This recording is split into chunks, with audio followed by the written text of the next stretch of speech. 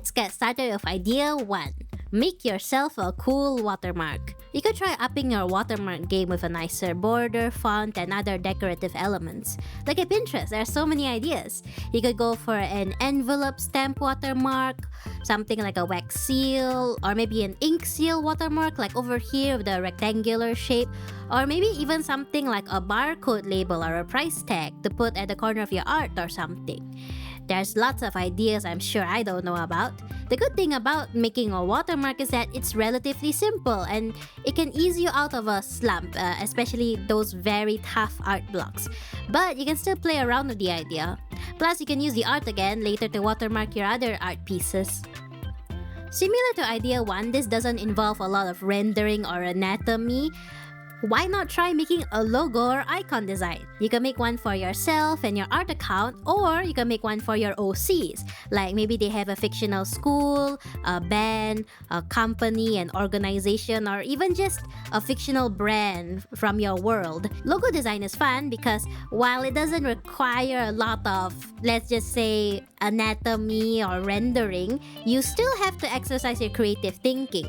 But I think that because there's no characters or backgrounds involved, it can be more relaxing. Here's me drawing logos for my channel and my OC's universes. This is the emblem for a Warlock Institute, and this is a logo for a cafe. Also, apparently in the graphic design and branding world, there's something called a logo suite. So the brand name is the logo, and then you have variations including a submark and an icon, which is just the image design. Idea 3. A simple pop-up card, tree, or flower, or something. Doing something analog can really help with art block, even if you're a digital artist. To make a simple pop-up card, you only really need a paper, pen, and some tape or glue for this. You could even make it so that the pop-up part is actually your character instead of an object.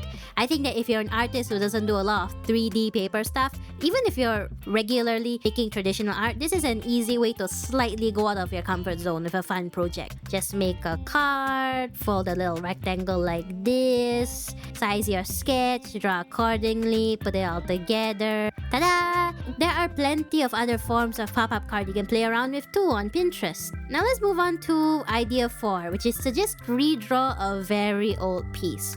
If you have some sketchbooks from a few years ago, or even better, something from your childhood, you could try redrawing it. I suggest going for something simple. Here's me redrawing one of my old art pieces. This idea is good. When you do this, you can notice all the things you have improved upon, especially in the more subtle ways. And it's a fun and easy exercise that will help you appreciate how far you have come, even if you are experiencing art block. For idea 5, why not try drawing your loved ones or pets? For digital artists, you could try drawing your loved ones a profile picture since it would be very small and it can just be their face or cat or something. They don't have to use it, of course, but it's a fun art idea. You could do a portrait of them in your own style or copy an art style they like from their favorite anime or cartoon or game or something. You could even do something in a cameo style where it is literally just their silhouette side profile. Ooh, classy. Idea 6 is kind of similar. This is a nice project to have on hand. It's a get well soon card or congratulations card. You don't need to use it just yet or even address it to anyone in particular. You could even just copy retail card designs and make your own version. The fact that it might come in handy another time is just a plus. Here I am making a congratulations on graduating card for my friends in the near future.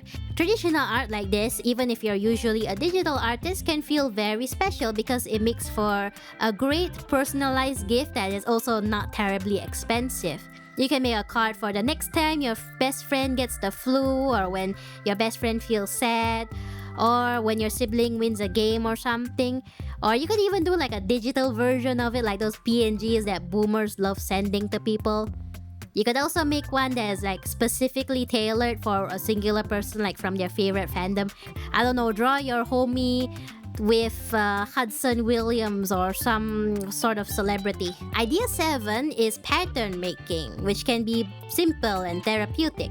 And you can make it both traditionally and digitally. Traditionally, you could just fill up a whole page manually with simple drawings of flowers and stars, or I don't know, sheep and Pokemon balls or Minecraft blocks or something. The good thing about making it traditionally is that you can use it as packaging and make the paper into an envelope. Here I am doing cookie run themed packaging, so I can use it as gift packaging for my friend who really likes cookie run. For digital patterns, you can always reuse the pattern next time. That's pretty fun. And in both traditional and digital patterning, the basic concept of making it seamless applies. You need to have 4 equal squares and move them so that the patterns will match up. So it is possible to play around with patterning with just pen and paper too, as long as you cut the squares. You need to move 2 squares vertically and then 2 squares horizontally. Let me know in the comments if you want a video about pattern making in Clip Studio Paint more specifically. That's something I know more about.